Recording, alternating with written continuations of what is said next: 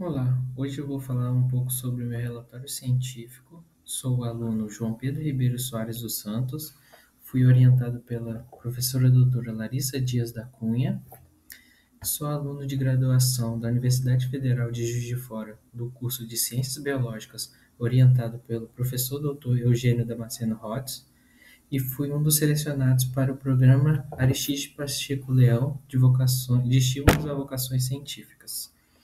O meu projeto é intitulado Investigação da consequência da persistência da ativação plaquetária na Covid longa nos mecanismos de morte celular plaquetária e sua eliminação por eferocitose. Já queria, antes de começar a apresentação, agradecer a FAPESP e a Academia Brasileira de Ciências por essa oportunidade e por esses dias que foram muito bons e também pude aprender bastante com essa experiência. Meu trabalho em Juiz de Fora consiste em avaliar se pacientes com Covid longa apresentam hiperativação plaquetária e hiperresponsividade.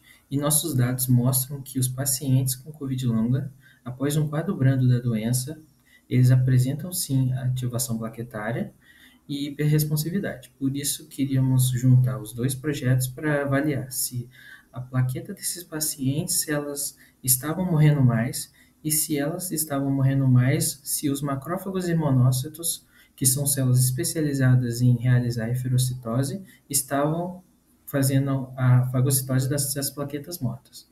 Então, antes de começar a explicar sobre o trabalho e mostrar os métodos, vamos começar com uma pequena introdução. O que é a Covid longa?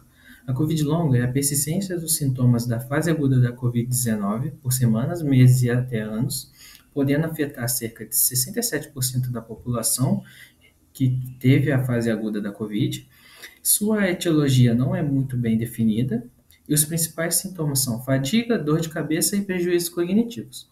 Nossa corte dos pacientes, eles apresentam prejuízos cognitivos e a partir disso nós avaliamos se eles apresentam ou não a ativação plaquetária e a hiperresponsividade. Bom, estudos recentes do nosso grupo mostraram que os mecanismos tromboinflamatórios, eles estão envolvidos na Covid longa após um quadro grave e também estão envolvidos na Covid-19 na fase aguda. Só que esses mecanismos não foram demonstrados na Covid longa após um quadro brando. Então, nosso estudo é acerca desse tema para ver se a plaqueta dos pacientes com Covid longa após um quadro brando apresenta expressão elevada dos marcadores clássicos de ativação plaquetária, que é o CD62P, que é a P-selectina, e o CD63, que representa os grânulos densos. Então, nosso trabalho parte a partir desse ponto, que mostrando que nos quadros graves, os pacientes apresentam sim ativação plaquetária, mas a gente queria ver se pacientes que tiveram um quadro leve a moderado da COVID também apresentam esses sintomas. Partindo desse ponto, nós conseguimos demonstrar sim que as plaquetas apresentam uma maior ativação plaquetária e uma maior hiperresponsividade devido ao aumento da expressão desses marcadores em relação ao nosso grupo controle, que é o grupo de pessoas que não tiveram contato com SARS-CoV-2, que é nosso grupo pré-pandêmico. Então, a partir desse ponto, para conseguir unir com o trabalho da professora Larissa Dias da Cunha, nós queríamos investigar se essas plaquetas ativadas, elas teriam uma maior chance de estarem sofrendo apoptose. Na literatura, nós vimos que essas plaquetas que estão ativadas, elas são mais suscetíveis a entrar em processos apoptóticos, então nós partimos desse ponto. Sendo assim, o que seria a eferocitose? A eferocitose é o processo pelo qual as células morrendo ou já mortas são removidas pelas células fagocíticas, que podem ser tanto macrófagos quanto monócitos e outras células. E estudos do grupo da professora Larissa demonstraram que esse mecanismo está, sim, ocorrendo na COVID-19 na fase aguda, e nós queríamos ver se os pacientes que apresentam plaqueta ativada, se elas estão mais suscetíveis a estarem sofrendo casos de apoptose e se as células como macrófagos e monócitos estariam envolvidos na eferocitose nesses casos. Como nós não conseguiríamos levar nossos pacientes, nossa corte, do meu projeto aqui de Juiz de Fora para Ribeirão Preto, nós quisemos fazer uma mimetização desses pacientes, então nós colocamos um agonista clássico plaquetas, que é a trombina, para fazer um caso mimetizando a plaqueta ativada. Aí nós utilizamos uma plaqueta com uma dose subótima de trombina para que ficasse parecido com os pacientes de Covid longa da nossa corte. Nesse sentido, nossos experimentos consistiram em... Nosso primeiro experimento foi a caracterização da morte plaquetária. Nós coletamos o sangue periférico de pacientes saudáveis que estavam no comitê de ética da professora. Nós centrifugamos, recuperamos o plasma e a partir do plasma nós fizemos o protocolo de isolamento de plaquetas que a gente faz aqui no laboratório em Juiz de Fora. E a partir disso nós estimulamos a plaqueta com trombina numa dose subótima e queríamos ver se essa plaqueta que estava com a dose subótima, se ela estava morrendo mais. Por isso nós utilizamos a técnica de citometria de fluxo para avaliar as sondas Annexina 5 e o 7AAD. Após isso, nosso segundo experimento consiste em avaliar se por ensaio tanto de microscopia como citometria de fluxo, se as plaquetas estão sendo eferocitadas tanto por macrófagos derivados de monócitos humanos, quanto por monócitos. Então, nós coletamos sangues periféricos, fizemos isolamento de plaquetas, também fizemos isolamento de células polimorfonucleares, fizemos a diferenciação em macrófagos e também utilizamos monócitos humanos. E aí, a partir disso, nós marcamos os dois com sondas diferentes e avaliamos tanto por citometria de fluxo quanto microscopia confocal se ocorria algum caso de eferocitose. E por fim, o nosso último experimento consistia em ver se um ensaio de cocultura entre plaquetas e monócitos ou plaquetas e macrófagos resultava em secreções de citocinas pró-inflamatórias e que queríamos ver se teria alguma diferença entre o grupo não estimulado, só de monócito, o grupo com plaqueta e plaqueta com trombina para ver se teria alguma diferença na secreção de citocinas por monócitos e por plaquetas. Então, nós coletamos o sangue dos pacientes, fizemos isolamento de plaquetas, fizemos isolamento das células do monócito e macrófagos e colocamos em cocultura por 24 horas para ver se tinha alguma secreção diferencial. Bom, agora mostrando alguns dos nossos resultados, o nosso primeiro resultado mostra que as plaquetas estimuladas com trombina não tem diferença com a plaqueta que não está com trombina. Mas quando a gente coloca com indutor de morte, que no caso foi o ABT737, tem uma maior morte plaquetária. Então, a partir desse experimento, a gente confirma que não tem diferença entre morte com a plaqueta estimulada com trombina, que seria uma mimetização do que acontece com o paciente, entre a diferença com o não estimulado. A partir disso, nós queríamos avaliar se tinha, sim, eferocitose dos macrófagos com essas plaquetas. A gente conseguiu ver alguns casos por microscopia confocal.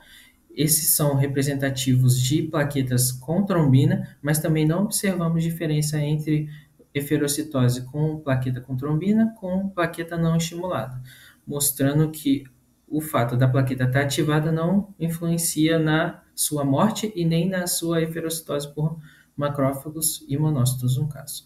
Aí, nesse caso, conseguimos ver que tem, sim, plaquetas eferocitadas, plaquetas que foram fagocitadas por macrófagos, e o nosso próximo experimento mostrou isso por citometria de fluxo. Por citometria de fluxo, a gente fez esses experimentos com monócitos humanos, no caso, e mostramos que tem, sim, eferocitose de plaquetas, não tem diferença entre os nossos grupos experimentais, mas quando a gente tem uma tendência de diminuição a partir quando a gente coloca a citocalasina D. Então, mais experimentos são necessários para a gente ver se tem alguma interferência com essas drogas, mas a gente não observou diferença nesses primeiros experimentos. E por fim, a gente queria ver se a interação entre monócito e plaqueta resultava numa secreção de citocinas. A gente investigou a IL-6, tanto em monócito quanto os macrófagos derivados da THP1, e a gente observou que quando a gente coloca a plaqueta e dá um estímulo de LPS, a plaqueta em si aumenta a expressão de IL-6 pelos monócitos. A gente observou isso tanto em monócitos humanos quanto macrófagos derivados de THP1. Analisando outras secreções de citocinas, a gente conseguiu ver que só o fato de ter plaqueta com o estímulo de LPS já aumenta a secreção de IL-1 beta, que não é dependente nigericina e do LPS. Então, só se tiver plaqueta mais monócito já induz a secreção de hélio beta. Óbvio que quando aumenta, mais ainda quando a gente coloca o estímulo com nigericina e LPS, mas só o fato de ter a plaqueta ali já está aumentando a secreção da hélio beta. E por fim, não teve nenhuma diferença na secreção do TNF-alfa. A partir desses 50 dias, o que a gente poderia ter concluído? Que as plaquetas estimuladas com a trombina, elas não tiveram mais morte celular do que o grupo não estimulado. Os macrófagos e os monócitos, eles fagocitam sim a plaqueta, independentemente do estímulo com a trombina. E a plaqueta interagindo com o monócito aumenta a expressão de L6 após estímulo com LPS, não após só interação entre plaqueta e monócito. Essa é a conclusão que a gente teve parcial dos nossos dados, que foram realizados em 50 dias na Universidade de São Paulo, em Ribeirão Preto, e mais resultados podem ser utilizados e feitos a partir de então. E por fim, eu queria contar um pouco da minha experiência no laboratório e sobre essa mobilidade que eu consegui fazer entre Juiz de Fora até Ribeirão Preto para fazer essa experiência. Foram 50 dias de muito aprendizado. Eu consegui conhecer pessoas novas, fazer amizades, consegui também aprender muito sobre temas que eu não tinha tanto conhecimento, fazer um link com o trabalho que eu faço de iniciação científica aqui em Juiz de Fora, consegui aprender sobre morte celular, sobre mecanismos de fagocitose, que eram coisas que eu não tinha tanto conhecimento. E fui muito bem recebido aqui pela professora e pela sua equipe.